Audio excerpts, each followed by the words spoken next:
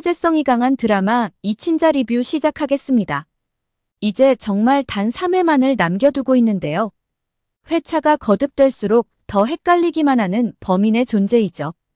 많은 시청자들이 당혹스러워했던 건 바로 이 시점부터였는데요. 박준태 아버지 정두철의 등장이었죠. 일부 시청자들 사이에서는 이런 얘기도 들리는데요. 송민아를 비롯해 다른 가족들도 등장하는 거 아니냐고 말이죠. 하지만 단 3화를 남겨놓고 새로운 범인을 등장시키는 건 시청자들을 기만하는 행위가 아닌가 싶습니다. 그리고 헬멧남이 이수현이 아니냐라는 의견들이 많았었는데요. 그런데 정두철의 등장과 함께 그가 드라마에서 사라져버렸습니다. 이것도 시청자들이 당황스러워하는 이유 중에 하나이죠. 스토리상으로 보아 정두철은 범죄자였고 감옥에서 오랜 시간 보낸 것으로 보이는데요. 그래서 아마 교사인 박준태에게 피해를 주지 않기 위해 성을 바꾼 것으로 보이죠. 그런데 여기서 생각해 볼 문제는 작가가 왜 하필 이 시점에 정두철을 투입했냐는 것이죠. 어떤 사유로 급조해서 갑작스럽게 투입시키지는 않았을 것으로 보이는데요. 그렇다면 그 이력을 자세히 들여다볼 필요가 있지 않을까 싶습니다. 등장인물 중 그는 유일하게 감옥에 다녀온 인물인데요. 구대홍 또한 형의 성범죄 혐의로 인해 수사를 받은 경험은 있습니다. 자기 확신에 찬 형사로부터 강압적인 수사를 받던 형은 스스로 생을 마감했는데요. 그가 죽은 후 얼마 지나지 않아 진범이 잡히며 그는 무혐의로 처리되었죠. 구대홍 또한 형의 사망에서 자유로울 수가 없는데요. 초기 수사에서 형을 도와주려 거짓 알리바이를 한 것이 그 시발점이 되었기 때문이죠. 그가 급작스럽게 진로를 변경해 경찰에 지원하게 된 것도 이런 이유이지 않을까 싶은데요. 형을 죽음으로 몰고 간 그런 강압적 수사는 두 번 다시 없어야 한다는 것이죠. 그러다 보니 이경장과 사사건건 대립할 수밖에 없는 것입니다. 이경장은 하빈을 가장 유력한 용의자로 보고 수사를 진행하는데요. 수사를 위해서는 거의 수단 방법을 가리지 않는 모습을 보이죠.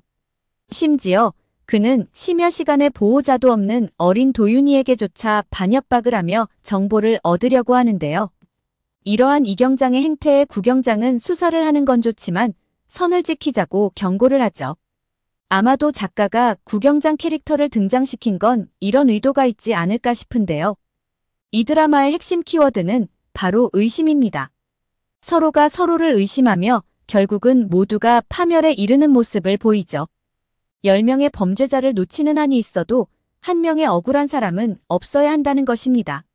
게다가 지나친 자기 확신은 정작 중요한 것을 놓쳐 피해자를 양상할 수 있다는 것인데요. 이것이 어쩌면 구경장과 이경장을 함께 채용한 이유이지 않을까 싶습니다. 사건에 다가서는 두 캐릭터의 모습을 비교해서 보여주고 싶었던 것이 아닐까 싶죠. 구경장은 이 사건들의 범인과는 관련이 없어 보인다는 것이 제 생각입니다. 우리가 길을 가다 방향을 잃게 되면 가장 빠르게 길을 찾을 수 있는 방법은 바로 처음 왔던 길로 되돌아가는 것인데요. 그러지 않고 잘못된 방향으로 계속 가다 보면 되돌아올 수 없이 더 깊은 수렁으로 빠지게 되죠. 어쩌면 이 사건 또한 같은 상황이지 않을까 싶은데요. 많은 시청자들이 범인을 추리하는 데 있어 혼란스러워합니다. 즉, 4명의 범인을 잡기 위해서는 이 사건을 처음부터 들여다볼 필요가 있지 않나 싶은데요. 이 사건의 시작점은 바로 하준이었죠. 그렇다면 하준이가 왜 죽었는지를 생각해 볼 필요가 있을 것 같습니다. 이 드라마는 초반부터 하빈이 남들과 다른 사페라는 것을 강조해 왔는데요. 이는 하빈이가 범죄자로 보여야 하기 때문이죠. 하준이는 가족여행에서 죽었는데요. 하준이는 하빈이의 손수건으로 눈을 가린 채 술래잡기를 하며 즐거운 시간을 보냈죠. 그런데 문제는 이후에 두 아이가 이 장소를 많이 벗어났다는 것입니다. 화면에 잡힌 모습을 보면 두 아이는 도로를 향해 달려가고 있었는데요. 하빈이 앞에서 달리고 하준이 뒤를 따라오는 장면이 보였죠. 시간이 지나서 두 아이가 사라졌다는 사실을 알고 수색에 나서기 시작했는데요. 그리고 하준이가 발견된 곳은 산 아래로 추락해 있는 장면이었습니다. 문제는 함께 있던 하빈 옷에 엄청난 양의 피가 묻어 있었다는 것인데요. 장태수는 이 한 장면으로 드디어 올 것이 왔구나 하는 마음으로 하빈을 의심하기 시작했죠. 그런데 문제는 이들은 유치원생 정도의 나이였다는 것입니다. 하빈이가 동생을 잔인하게 죽일 동기 또한 전혀 없었다는 것인데요. 물리적으로 보더라도 그가 동생을 잔인하게 죽이기는 어렵다는 것입니다. 더구나 이후에 하준의 시신이 있던 장소에서 하빈의 손수건이 발견되기도 했는데요. 누군가 피 묻은 손수건을 땅속에 묻었던 것입니다.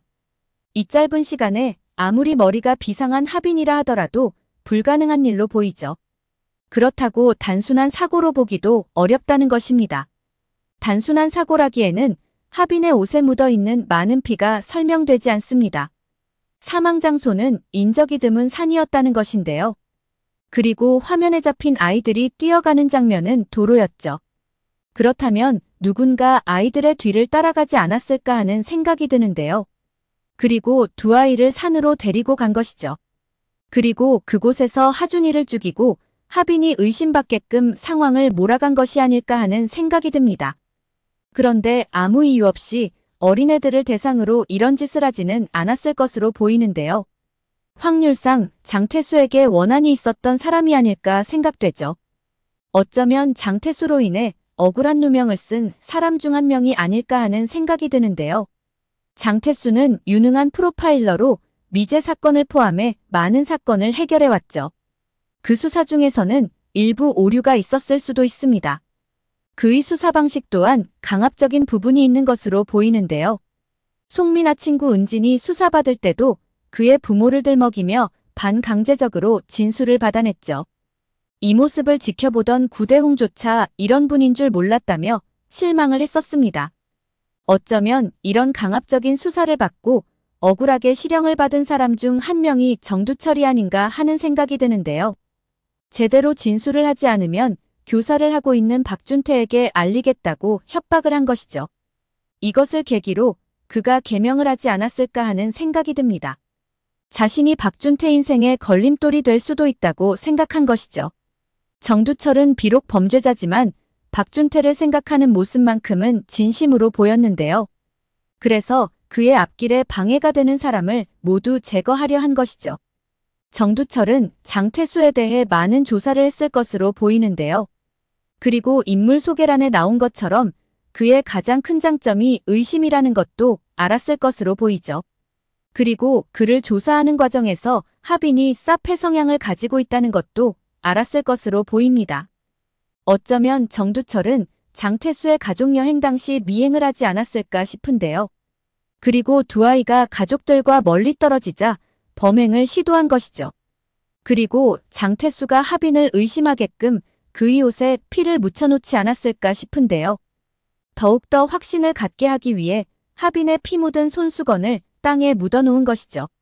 그가 고통을 주고 싶었던 사람은 바로 장태수가 아닌가 싶은데요. 나머지 가족들은 그가 고통받는 데 이용된 도구이죠. 하빈이 부모에게 말할 수 없었던 것은 두 가지 이유가 아닐까 싶은데요. 첫 번째는 정두철의 협박이었죠.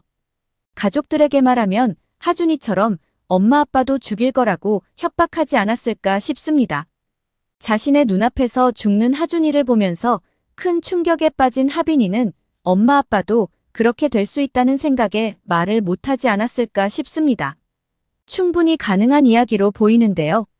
간혹 학폭 피해를 당한 아이들이나 교제 폭력을 당한 경우도 부모에게 말을 하지 않는 이유 중 하나가 바로 이러한 것입니다.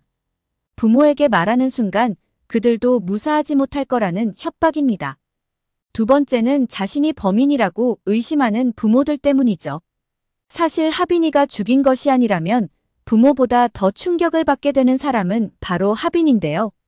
그런 하빈은 안중에도 없고 오히려 그를 범인으로 몰아세운 것입니다. 장태수는 결국 가족 일에서는 이성을 잃고 철저하게 정두철의 계획에 말려들었는데요. 그의 계획대로 그는 끊임없이 하빈을 의심하며 결국 자신과 가족 모두를 고통에 빠뜨렸죠. 이것이 결국 윤지수의 의심을 키웠고 그가 수연이까지 묻게 만든 것입니다. 이 드라마에서의 범인은 두 명이지 않을까 싶습니다. 하준을 죽인 건 정두철이고 나머지 세 사람은 김성희가 아닌가 싶습니다. 정두철의 범행을 시작으로 도미노처럼 연쇄살인이 일어난 것이죠. 오늘 영상은 여기까지입니다. 구독, 좋아요는 언제나 제게 큰 힘이 됩니다.